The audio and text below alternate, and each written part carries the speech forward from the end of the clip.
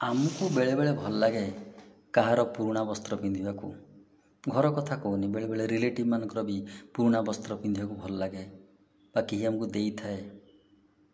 ଆମେ କାହାର ପିନ୍ଧୁ ବା ଆମେ କାହାକୁ ଦେଉ, ଯଦି ଥରେ ବ୍ୟବହାର କରାହେଇଛି କେଉଁଠି ନା କେଉଁଠି ସେଥିରେ ଏନର୍ଜି ଅଛି, ଯାହାକୁ ଦିଆହେବ ଏନର୍ଜି ଟ୍ରାନ୍ସଫର୍ ହୁଏ, ଯେଉଁଟାକି ଠିକ୍ ନୁହଁ।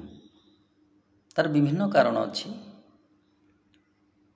କ'ଣ କରାଯିବ ତାହେଲେ? ଯଦି କାହାର ପୁରୁଣା ବସ୍ତ୍ର ଆପଣ ଆଣିଛନ୍ତି, ପିନ୍ଧା ବସ୍ତ୍ର ପାଖରେ ରଖିକି ପିନ୍ଧିବେ ସବୁବେଳେ, ଯଦି କାହାକୁ ଦେଉଛନ୍ତି, ବହୁତ କେସ୍ରେ ତାକୁ ପ୍ରଥମେ ସଫା କରନ୍ତୁ। ସଫା କରିବା ପାଣିରେ ଟିକେ ଲୁଣ ପକାଇ ଦିଅନ୍ତୁ, ଧୋଇକି ଶୁଖାଇ ଦିଅନ୍ତୁ। ଯଦି ଆଣିଛନ୍ତି ଏମିତି କରନ୍ତୁ, ତାପରେ ପିନ୍ଧନ୍ତୁ। ଯଦି କାହାକୁ ଦେଉଛନ୍ତି ଏମିତି ସଫା କରିକି ତାପରେ ତାକୁ ଭାଙ୍ଗିକି ଭଲ ଭାବରେ ତାପରେ ଦାନ କରନ୍ତୁ। କାରଣ ଯେଉଁ ଜିନିଷ ଆମେ ପିନ୍ଧିବାନି ଅନ୍ୟ ଜଣେ ବ୍ୟବହାର କରୁ, ବ୍ୟବହାର କରିବାର ମନା ନାହିଁ, କିନ୍ତୁ ତା ପୂର୍ବରୁ ଏତିକି କରନ୍ତୁ। ବହୁତ ଇମ୍ପୋର୍ଟାଣ୍ଟ କଥା, ବହୁତ ସାଧାରଣ ଲାଗିପାରେ କିନ୍ତୁ ବହୁତ ଇମ୍ପୋର୍ଟାଣ୍ଟ କଥା। It's a big concept.